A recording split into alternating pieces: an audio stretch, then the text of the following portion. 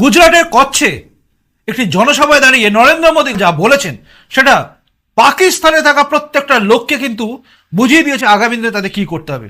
আসলে শুনে নিন প্রথম ঝটকায় নরেন্দ্র মোদী যে ঠিক কি বলেছিলেন।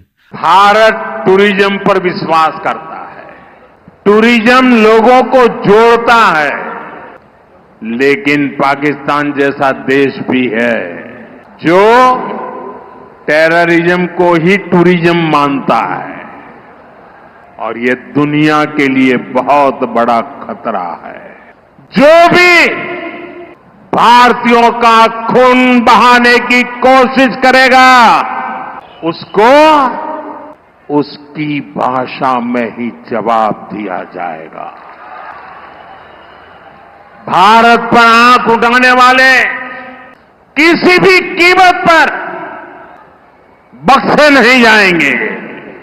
মোদিজির কথা কিন্তু পরিষ্কার যে ভারতবর্ষের ওপরে যারাই আক্রমণ করবে, যদি কোনো ভারতবর্ষের ওপর আক্রমণ হয় তার জবাব দেওয়া হবে। বিশ্বের সমগ্র লোককে তিনি জানিয়ে দিয়েছেন যে ভারতবাসীর উপর আক্রমণ হলেই তার জবাব দেওয়া হবে যে কোনো প্রান্তে গিয়ে। এটা যেন সেই ইসরায়েল একদম ঘোষিত সত্যি যে যে কোনো প্রান্তের বিশ্বের যে কোনো প্রান্তে ইহুদিদের উপর আক্রমণ হলে সেইখানে গিয়ে কিন্তু আক্রমণ করে আসে মোসাদ, মানে ইসরায়েলের গুপ্তচর বাহিনী। ঠিক একইভাবে একই কায়দায় যেন নরেন্দ্র মোদী গোটা বিশ্ববাসীকে বুঝিয়ে দিয়েছেন যে বিশ্বের যে কোনো প্রান্তে আমাদের লোকের ওপর আক্রমণ হলে, ভারতীয়দের ওপর আক্রমণ হলেই তার বদলা নেওয়া হবে। এটা একদম গোটা বিশ্ববাসীকে তিনি বুঝিয়ে দিয়েছেন।